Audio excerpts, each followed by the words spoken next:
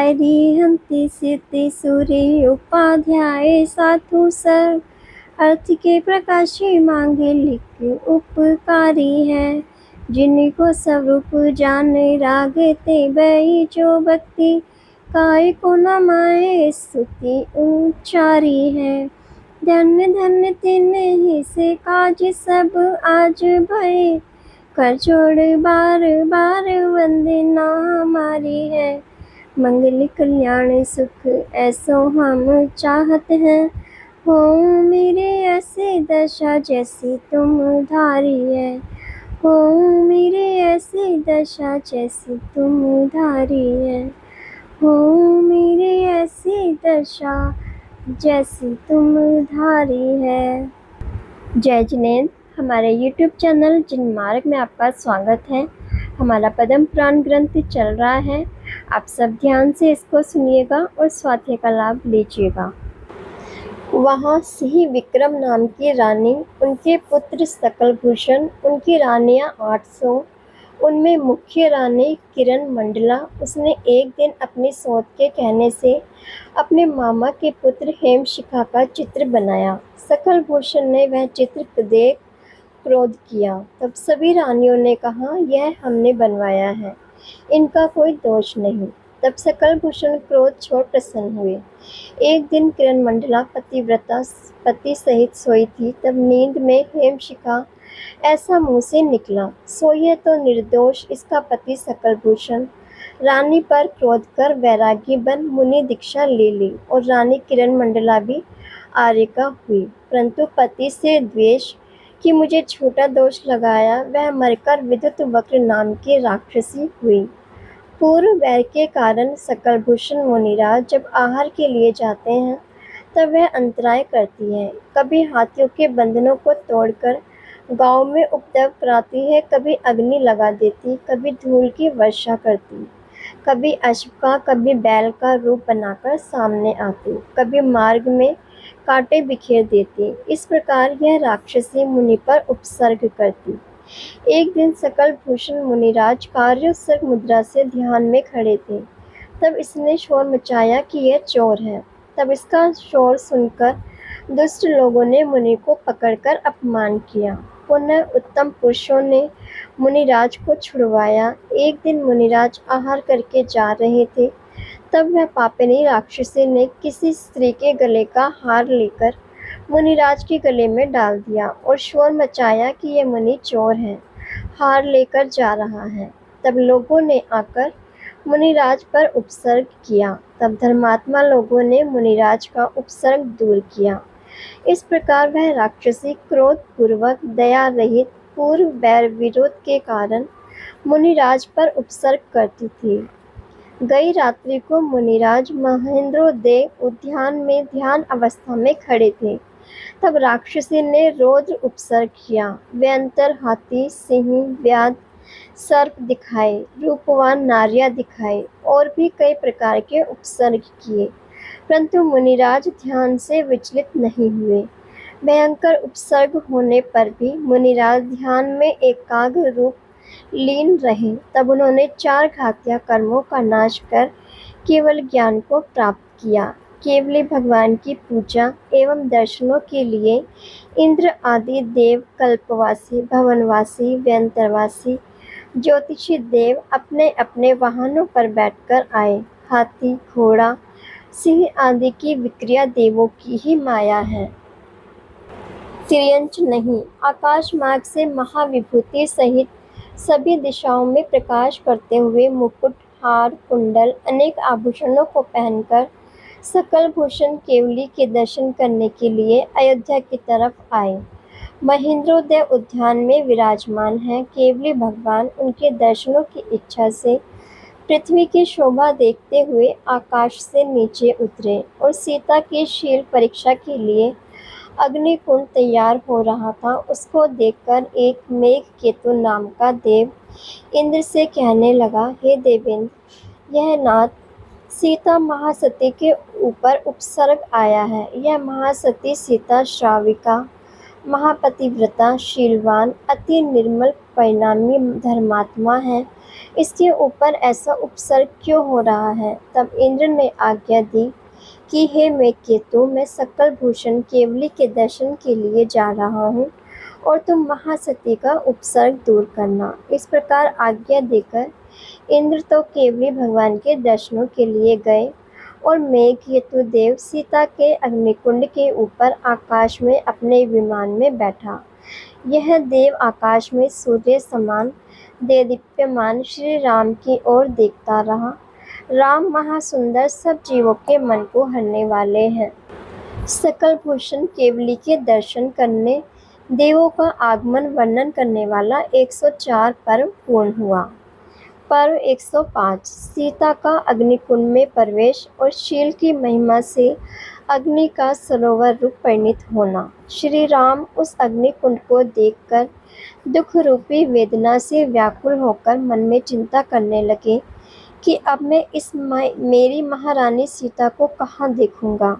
यह जान कि महागुणों की खान, रूपवान, अनेक कलाओं की पारगामी, गंभीर, जिन शासन की आज्ञाकारिणी, शील रूपी वस्त्रों से मंडित, व्रत रूपी मालती की माला समान सुगंधित, कोमल शरीर अग्नि के स्पर्श मात्र से ही जलकर भस्म हो जाएगी। यह सीता राजा जनक के घर में जन्म नहीं लेती तो अच्छा था।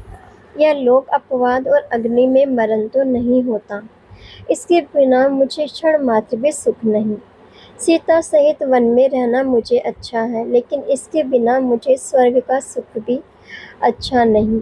यह शीलवान परम श्राविका है, इसे मरण का भय नहीं। यही लोक परलोक, मरण, वेदना, अकस्मात, आरक्षक और चोर, यह सातों भय से रहित इसके सम्यक दर्शन दृढ़ है।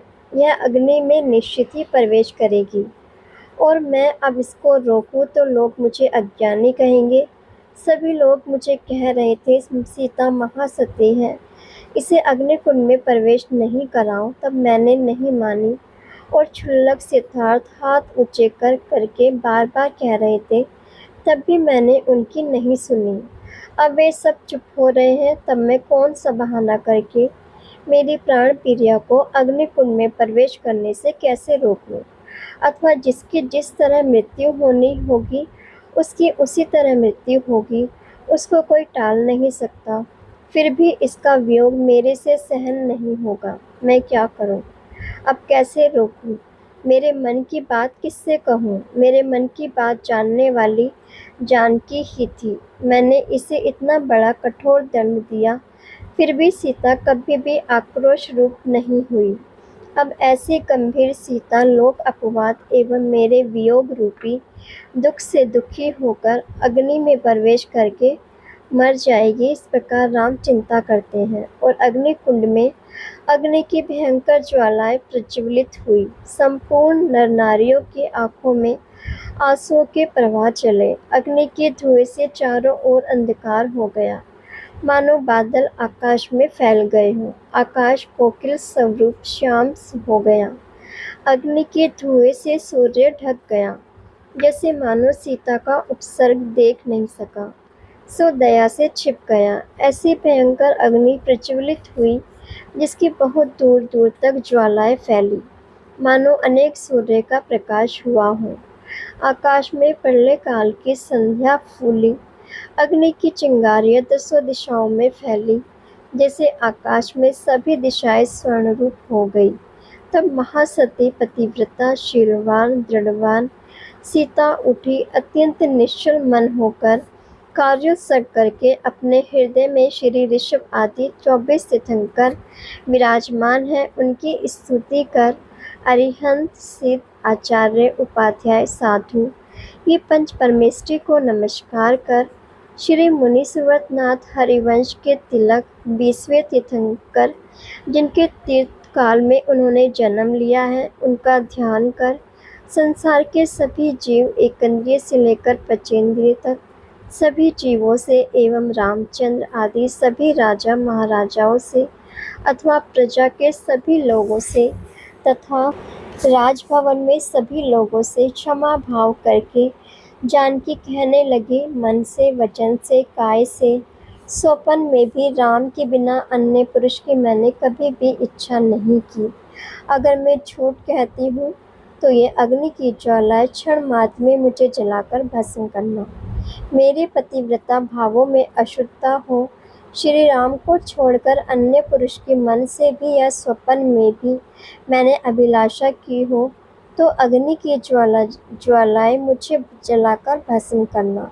अगर मैं मिथ्यादर्शिनी, पापिनी, व्यभिचारिणी हूँ तो इस अग्नि में मेरा शरीर जलकर भस्म हो जाए। और जो मैं महासती, पतिव्रता, अनुव्रतों को धारण करने वाली श्राविका हूँ तो हे अग्नि की ज्वालाएं मुझे भस्म नहीं करना। ऐसा कहकर नमोकार मंत्र का जाप कर सीता महासती ने अग्निकुंड में प्रवेश किया। तब सीता के शील व्रत के प्रभाव से जो अग्नि थी वह स्फटिक मणि समान निर्मल शीतल जल हो गया, मानो धरती को भेद कर पाताल से गंगा रूपी सरोवर निकला। जल में कमल खिल रहे हैं, भ्रमर गूंज रहे हैं, अग्नि की संपूर्ण सामग्री नष्ट हो गई, न ईंधन न चिंगारी। उस जल में नदी के समान झाग उठने लगे एवं गोल गंभीर महाभयंकर भ्रमर उठने लगे। मृदंग की ध्वनि समान जल में आवाज होने लगी और कुंड का जल उछलकर पहले घुटने तक आया, पुनः कमर तक आया, कुछ ही क्षणों में छाती तक आया। तब भूमि गोचरी डरने लगे और आकाश में बैठे विमानों में से विद्याधर भी देखकर डरने लगे कि न जाने क्या होगा। पुनः थोड़े ही समय में जल लोगों के कंठ तक आया, तब ज्यादा डरने लगे और सिर के ऊपर पानी आया। तब लोग महाभयभीत होकर बालकों को उठाकर प्रार्थना करने लगे, हे देवी, हे लक्ष्मी, हे सरस्वती, हे कल्याण रूपिणी, हे धर्म धुरंधरे, हे मान्य, हे प्राणी दया रूपिणी, हमारी रक्षा करो। हे महासाध्वी, मुनि समान निर्मल मन को धारण करने वाली, हे माता, दया करो, बचाओ बचाओ, प्रसन्न हो, रक्षा करो। जब सभी लोगों के मुंह से ऐसे करुणा रूपी दुख के वचन निकले तब महासती सीता के पतिव्रता रूप दया से जल रुका। लोगों की रक्षा हुई। जल में अनेक जाति के स्थान स्थान पर कमल खिले, जल सौम्यता को प्राप्त हुआ। जो भयंकर शब्द एवं भंवर उठ रहे थे वे सब शांत हुए। जो जल उछल रहा था वह कुंड रूपी वधु अपने तरंगों रूपी हाथों से माता के चरण युगल स्पर्श करती है। कैसे हैं चरण युगल? कमल के गर्भ से भी अति कोमल एवं नखों की ज्योति से भी सुंदर है। जल में कमलों की सुगंध से भ्रमर गूंज रहे हैं, जैसे मानो संगीत ही कर रहे हैं, और चकवा, हंस आदि के मनोहर शब्द हो रहे हैं। अग्निकुंड की महाशोभा हुई। मणियों एवं स्वर्णों की सीढ़ियां बन गई, उनको जल की तरंगों का स्पर्श हो रहा है। सरोवर के तट मरकत मणि से निर्मित होकर सुंदर लग रहे हैं। ऐसे सरोवर के मध्य में एक सहस्र दल का कमल, कोमल, विमल, विस्तीर्ण, प्रफुल्लित, महाशुभ, उसके मध्य में देवों ने सिंहासन की रचना की। रत्नों की किरणों से मंडित चंद्रमंडल समान निर्मल, उसमें देवांगनाओं ने सीता सती को विराजमान किया और देवियां सीता की सेवा करने लगी। महासती सीता सिंहासन पर बैठी निर्मल मन में संसार के क्षणभंगुर सुखों का चिंतन करती हुई अद्भुत अनुपम रूप से सची समान दिख रही थी। अनेक देव चरणों में पुष्पांजलि चढ़ाकर धन्य धन्य करने लगे। आकाश से कल्प वृक्षों के पुष्पों की वर्षा होने लगी। कई प्रकार के दुंदुभी बाजे और गुंज जाति के मृदंग, ढोल, दमामा, नादी, काहल, तुरही, करनाल आदि अनेक जाति के बाजे बजने लगे। वीणा, शंख, तात, झांझ, मंजीरा, झालरी आदि संपूर्ण बाजे देवोपुनीत बजे। विद्याधरों के समूह नृत्य करने लगे और देव जय जयकार करने लगे।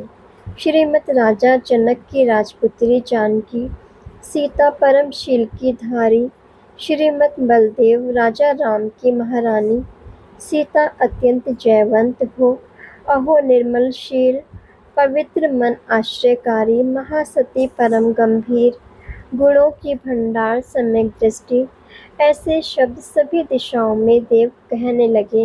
हे माता, धन्य है आपका अटूट शील, धन्य है आपकी गंभीरता, धैर्यता, प्रशम, संवेग, आस्तिक्य और अनुकंपा के धारी। आप धन्य हो, धन्य हो। तब दोनों राजकुमार लव अंकुश एक कृत्रिम है। माता का हित, प्रेम, वात्सल्य, ममता जिनकी, वह जल में तिरकर महाप्रेम के भरे राग से माता के समीप आए। दोनों पुत्र माता के दोनों तरफ खड़े हो गए और माता को नमस्कार किया। तब माता ने दोनों बेटों के सिर पर अपने दोनों हाथ रखे। रामचंद्र जी ने मिथिलापुरी के राजा की पुत्री मैथिली कहो सीता, उसे कमल वासिनी लक्ष्मी समान देख महा अनुराग से प्रेम पूर्वक अपनी महारानी सीता के पास गए। कैसी है सीता? जैसे स्वर्ण की मूर्ति अग्नि में शुद्ध हुई, अग्नि में तपकर उसका शरीर शुद्ध हुआ है। श्री राम कहते हैं, हे देवी, कल्याण स्वरूप उत्तम जीवों से पूज्य, महा अद्भुत अनुपम शील व्रतों की धारी, शरद पूर्णिमा के चंद्रमा समान है मुख तुम्हारा, ऐसे आप हमारे पर प्रसन्न हो। अब मैं कभी भी ऐसा विरुद्ध कार्य नहीं करूँगा जिससे तुमको दुख होगा। हे शील शिरोमणि, मेरा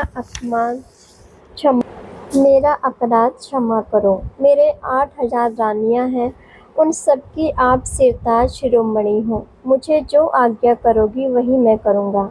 हे महासती, मैंने लोक अपवाद के भय से अज्ञानी होकर तुमको कष्ट दिया, वह क्षमा करो। और हे प्राणप्रिय, इस पृथ्वी पर मेरे सहित जहाँ इच्छा हो वहाँ ही विहार करो।